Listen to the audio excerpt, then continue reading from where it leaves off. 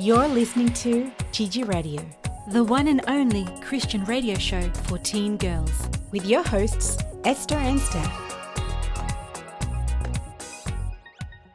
Happy Friday! Hey girls, it's Esther here. And it's Steph, and it's Friday, my favourite day of the week. It is. It's beautiful. I love Fridays, and we get the weekend to go to church and to maybe do a little bit of outing. Not that we have been, because we've been trapped in We're lockdown. actually in lockdown as we record this week.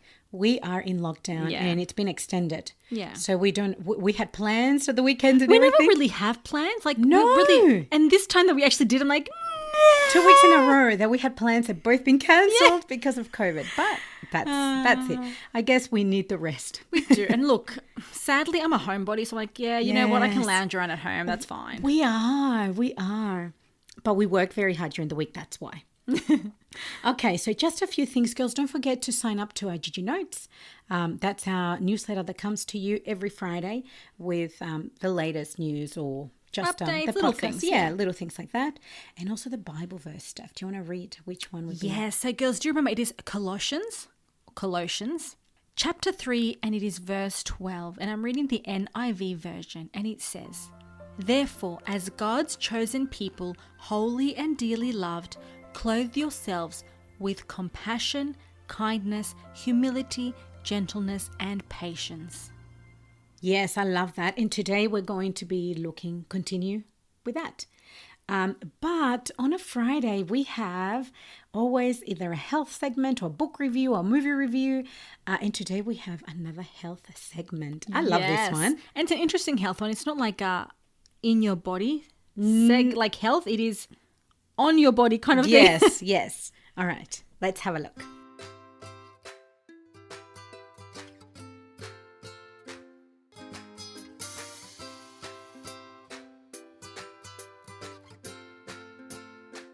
So today we're looking at honey treatment for very dry and damaged hair by Jana Melt, a lifestyle counselor. So how do you know if your hair is dry? Dry hair has a brittle texture to touch, and strays, hairs, and split ends may be visible when you look in the mirror. You might also notice an itchy scalp and dandruff. If you don't take care of your hair properly, you will notice these things: itchy scalp and dandruff. So there is a beautiful recipe that Jana gives us for dry and damaged hair, and it's quite easy to do with things that you have at home. So Jana writes that honey is a natural humectant. I think that's how you say it. But what it is, it's a substance that is used for things like moisturizer, lotion, shampoos that keep things moist. And they use it, for the skin. So honey can help restore moisture to dry hair, while olive oil is one of the healthiest natural ingredients for extremely dehydrated and brittle hair, which I did not know. That's really interesting. So for the delicious recipe that we can use on our hair, our dry, damaged hair, is use 3 tablespoons of honey and 1 tablespoon of olive oil. Mix the ingredients until smooth. Apply to freshly shampooed hair and let it soak for about 10 to 15 minutes. Then rinse off with warm water. This recipe makes enough for 1 use. I think you can do it once a week until you see improvement.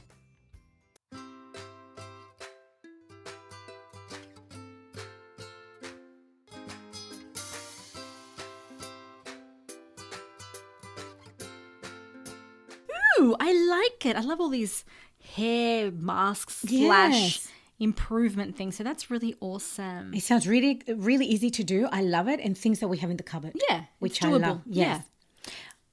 We're both about to do it. Yes. So girls, we're about to start our devotional. And remember, we're looking at our last trait in our verse, which is patience. And I think we will need that one. Well, look, too. I'm actually really, really patient.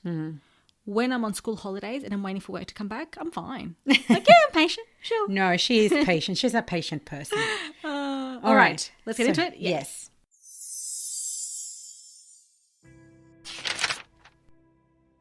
Today's devotional is written by Renee Kempf Coffey. Think twice. After school, Rod came home and threw his books onto the table. Just as he was heading out to play ball, his mother walked into the kitchen. "Rod, I need you to go into town and pick up some groceries. Mrs. Phillips handed her son a shopping list and a checkbook. Dad isn't feeling too good today. He'll need your help when he feeds the animals tonight, so don't stay in town too long. Rod walked out the door and got into the car. He liked having the privilege of driving the family car, even though he was only 16. Most of his friends weren't allowed to drive by themselves, but since Dad had gotten sick some months back, Rod had taken on a lot more responsibility around the house. By the time Rod had driven to town and done the shopping, it was nearly 5. He knew Dad would start feeding the cattle any minute, so he headed straight for home.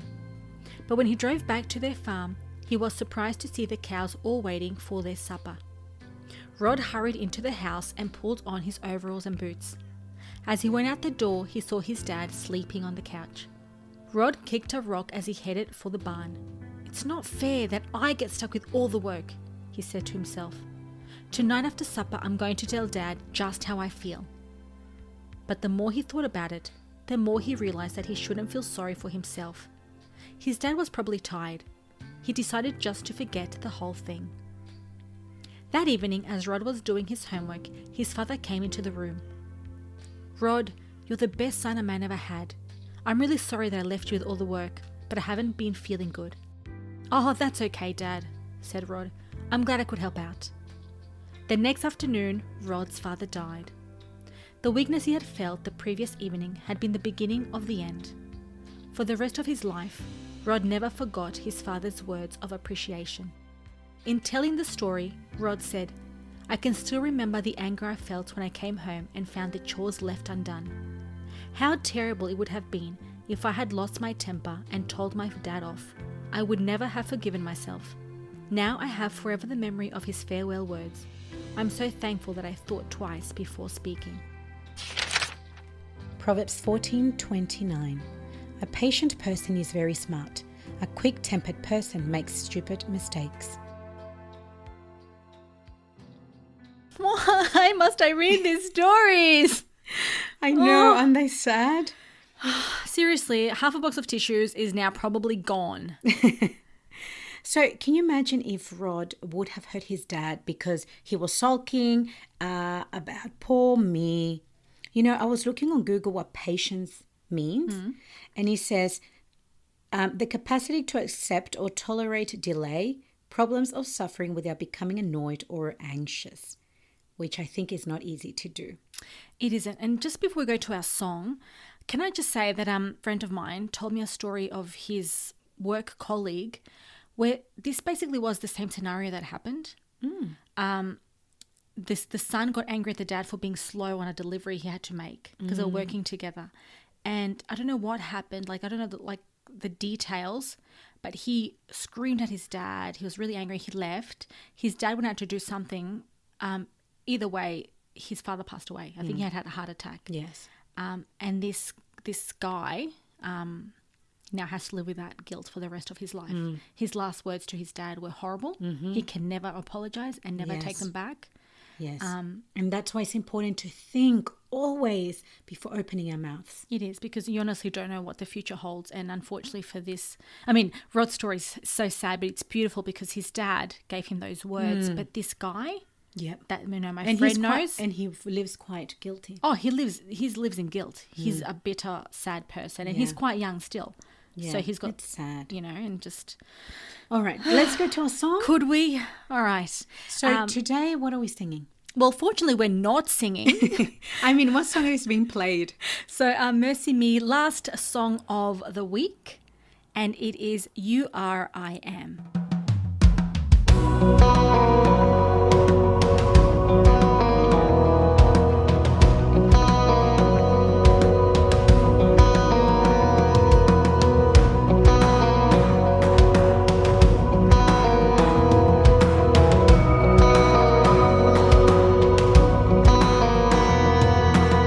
I've been the one to shake with fear and wonder if you're even here. I've been the one to doubt your love. I've told myself you're not enough.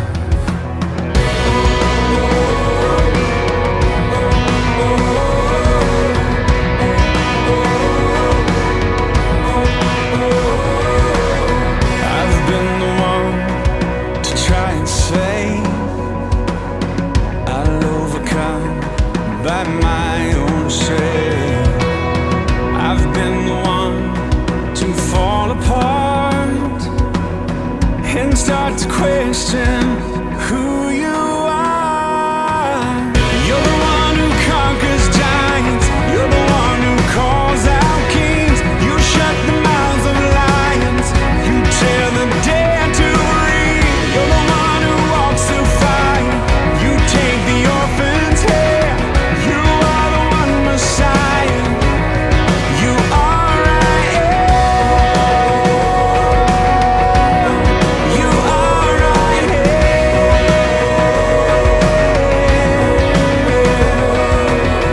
I've been the one held down in chains beneath the weight of all my shame.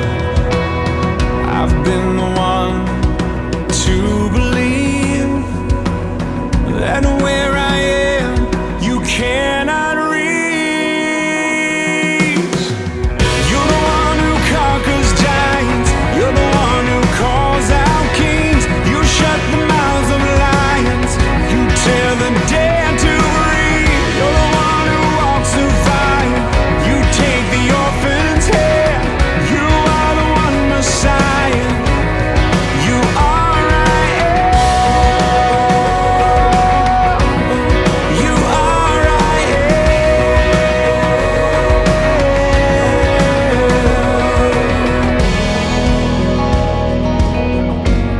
The veil is torn, and now I live with the Spirit inside. In the same world, the very same world who brought the sun back to life.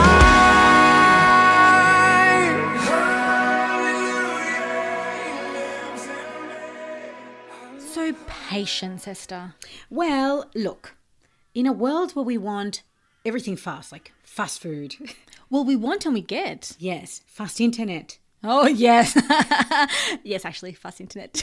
fast relationships, fast cars, fast traffic. Oh, yeah, actually, yes. Yes, Like, yes. no traffic jam. That's all we want. And I think that sometimes we don't have much patience because everything that we have is quite fast. Yeah, so when something takes longer or probably normal amount, we get angry and we get frustrated and we get stressed and then we lash at it. Whoever is in front of us. Yeah, either family or someone serving you, you just, that's Lose it. it. You lose Yeah. it. You know, patience is one of those things that does not come overnight. You might not even come in a year, girls. No. And it's really something that only God's power and his goodness can develop in our characters. Like Yeah. there's no other way that we can do it by ourselves. You know, the Bible actually says that there are some people that had patience. Yes. And I think one that we can think of that just, I honestly cannot read this story. I've skimmed through it, but it's the story of Job. Oh, yes. My goodness. So he was extremely ill, and he lost his family. his children all in one go, in one day. He had 10, Yes. and they all died the same day. He lost his riches. He lost everything. So he was wealthy, and then he just has nothing. Nothing. And not even health. Not even health. But he remained faithful to God and trusted in him patiently. Did he have those feelings of a bit of anger, frustration, stress? Yes. But he didn't lose that anger. He just he took it to God. Yes. He took Take it to all God. to him. The other one is Abraham. You know, Oh, I think it was, yes. I don't know if it was 20 or 25 years. Sorry if theologians listen to this. But Cover your ears. I think it's 20, 25 years when God told him that he was going to give him the promise of a baby his wife was going to have. And it didn't happen for all those years until he was old. 100, So, wasn't it? yeah. So imagine. So that's the patience he had. But yeah, it's incredible. Especially in waiting. Yes, the Waiting is so hard. Then there's Moses. Now, they say that Moses was a very patient man who led a group of millions out of Egypt. I mean, I don't know about you girls, but being at school, you have what, maybe 25 in a class, 20 in a class. Can you imagine your teachers having maybe 5 million in a class and keeping them under control and being patient with them? No. I couldn't. Like, you lose that patience. But just seeing all these men in the Bible just shows you that patience is possible with God because they had that connection with God. Yeah, and the more you talk to God, the more you're going to be like him, Yeah. to become And him. actually, before I forget, I want to chuck a girl in here. It can't be men that are patient. No. So Esther, Queen Yes. Esther, she fasted and prayed for 3 days. We can't go without food, let alone wait for an answer for 3 days. So she did this, and she was patient waiting for God, and her life was at stake. That's right. So, we have these amazing Bible heroes that waited for God and had that connection with God. So I think, what kind of tips can we have so we can develop patience? Because I think that's one of the hardest things as well to do. But what do you think? How can I develop my The first patience? thing, definitely, I would have to say prayer. Pray first, I think, over the verse. Like, I've tried to do this with the verse of the fruits of the Spirit, to pray about getting these traits in me because I don't have them. And I think it's the same with this verse. Pray to God to give you these patience. traits. That's a first thing. The other thing is ask yourself. So start asking yourself, is my impatience actually helping? So if you're standing in a line and you're, tapping your foot and clicking your fingers or just doing something that shows your frustration and impatience, then just say, is being impatient in line at the shops going to make the line go faster? Like, is that going to change? No, it's not actually. Or what about if you're waiting for an email or a text to come through? Is your impatience going to make that email come sooner? Anything like that. Well, if you're in traffic and you're beeping and screaming and just, you're still stuck in traffic. Yes. It's not going to change. Your blood pressure is going to go up and you're going to get sick. Yeah. That's what happens when you're cranky. So I think also putting strategies in place. So Yes. apart from the prayer, if this is happening, think of what can you do if you're in the line of a grocery store and you're impatient? So one of the things you can do is practice relaxation and deep breathing. Oh, yes, That the deep breathing. Yeah, that doesn't hurt anyone. Just gentle. Breathing in helps because I think there's oxygen coming into your brain and you're just thinking better. Yeah. If you're wearing a mask, that makes it hard. Maybe just pull it slightly over your nose. Take a deep breath through your nose and then Yes. just do that. But yes, I remember someone said that we actually don't breathe properly. And when you do 2 deep breaths, it makes a difference to your overall, I guess, stress, health. Yes. Another thing that you could do is you can write it out. I am a writer, I love writing yes. things out. And I find that if I am feeling quite stressed, I put it all on paper. It really helps. So writing it out, girls, get a book, get a paper, and or a computer if you've got one, and just type it. Everything you're feeling. And then pray and ask God, take all these feelings away. The next one's an interesting one. It says, make yourself wait. So if you see a really long line, go and stand in that really long line. It's no. But yeah, it's something to start practicing and wait. And if you can't wait more than 2 minutes, that's fine. That was 2 minutes you waited, then probably you wouldn't have. Yeah. And then the next time, do it for 4 minutes until you start practice. It's like a practice kind of thing. And then you can do the whole line with whatever minutes. With a half hour in line. Yes. All right. What else is good? Well, I've heard that exercise is actually really good. Getting your body moving actually releases a chemical called endorphins. And girls, you've probably heard of this. And endorphins actually are receptors in your brain that reduce your perception of pain. So these trigger positive feelings and happiness. Definitely, if you can exercise, do that. If you're at school and you're doing sport, a little bit more effort in your sporting, whatever it is you do, and you end up feeling happier. Yes, I agree. That's good. Well, that's good. Well, we hope that this week has been helpful to you, to your life, and that you can take whatever trait you feel that you want to enhance and shine, then take it to God. And He will help you. He'll help me as well, and Steph, all of us. Oh, for sure. So that we can grow each day. And I think if you also, I'll give you some homework. Maybe focus on doing one character a week. So this whole week. Character trait a week. So maybe this whole week coming next week will be compassion. The week after that, kindness. And you start practicing those little things. Yes. Because it won't just come overnight or easily. No. But yeah. I love that. All right, let's get ready to pray. Dear Heavenly Father, thank you so much because we've reached the end of a week. We know that sometimes we struggle and it's not easy, but we ask that you please help us, and we thank you because you have gotten us through it. We ask that you help us cultivate these character traits in us, that we can be compassionate, kind, humble, gentle, and patient, because you're the one that is going to give it to us. Lord, be with us this weekend, with our family, our friends, and never leave or forsake us. In your precious name, amen.